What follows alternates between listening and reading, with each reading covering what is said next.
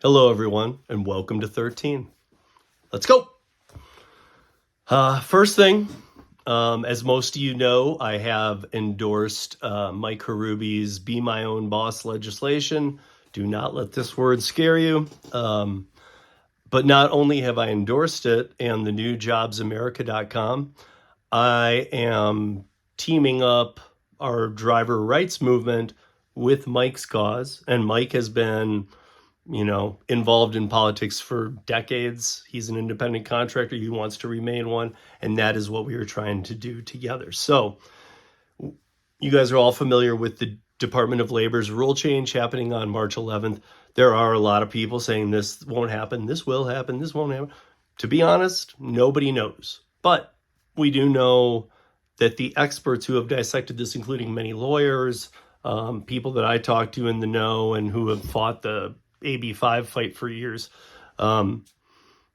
it is going into place. Every deadline that they've had to meet to make this happen, a lot of times those don't happen, and that gets allowed to push it and whatnot. They're meeting all the deadlines. There are lawsuits in place. Kim Cavan, along with three other writers, are three total in New Jersey and one in Atlanta, Georgia. So the four of them are all independent contractor writers. They are suing the Department of Labor. I did an episode on it in the District Court of Georgia. So that is a big deal. But here's what I'm doing. So Mike and I were trying to come up with, I've had a lot of people asking me on Last Mile and other things. And I know this is just what happens as we get closer to things, because I've been telling people, go to driver rights, write your congressman. And people were thinking, I think people were like, oh, okay, I will, or I don't know. It really does help. We have a huge list.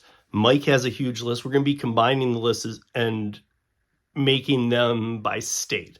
So again, we're not really collecting any information that's of any importance that would hurt you.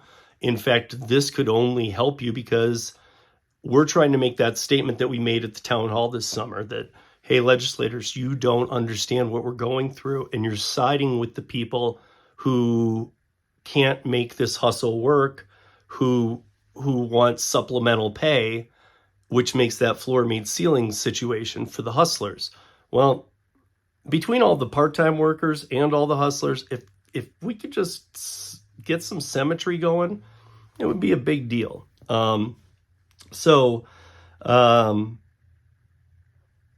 I am going to challenge all creators, all viewers, all gig app platform workers, all freelancers, all self-employed, and every other independent contractor job out there. Because again, we just talked about this with the over 70 million independent contractors working in freelance, self-employed, whatever it might be around this country, gig app work, whatever.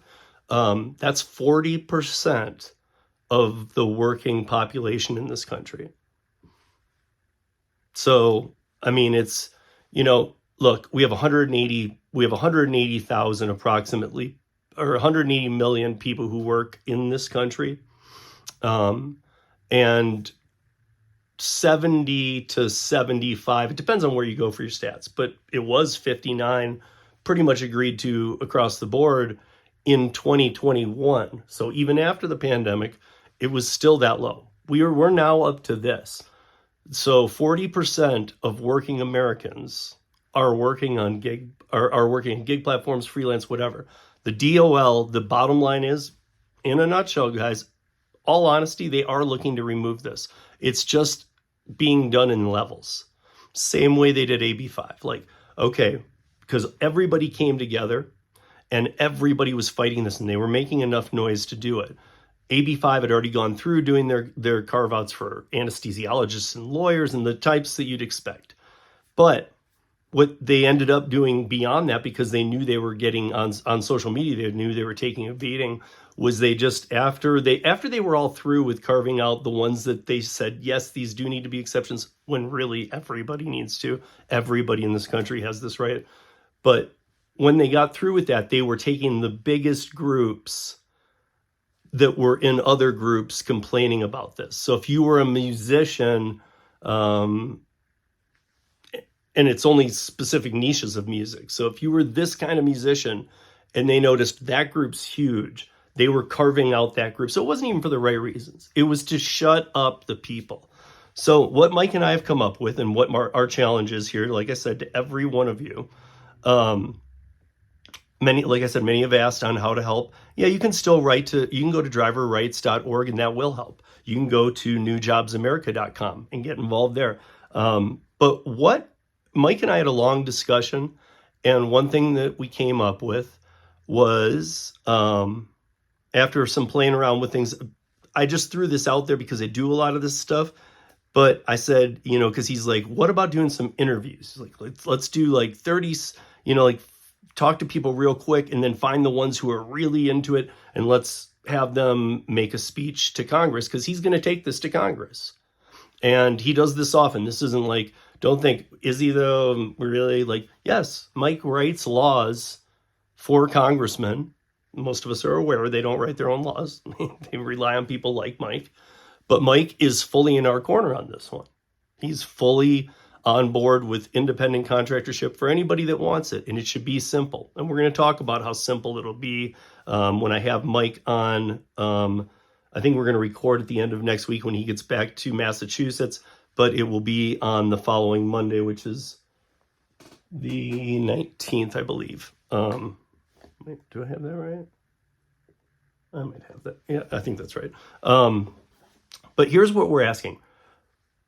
Whether you're, like I said, creator, viewer, gig app, platform worker, freelancer, self-employed, or anything else in between, and you're considered an independent contractor by yourself, by your taxes, whoever, by your state, whatever calls you that, so you are that, we are asking that you record a 30-second to 60-second video with your phone, something simple.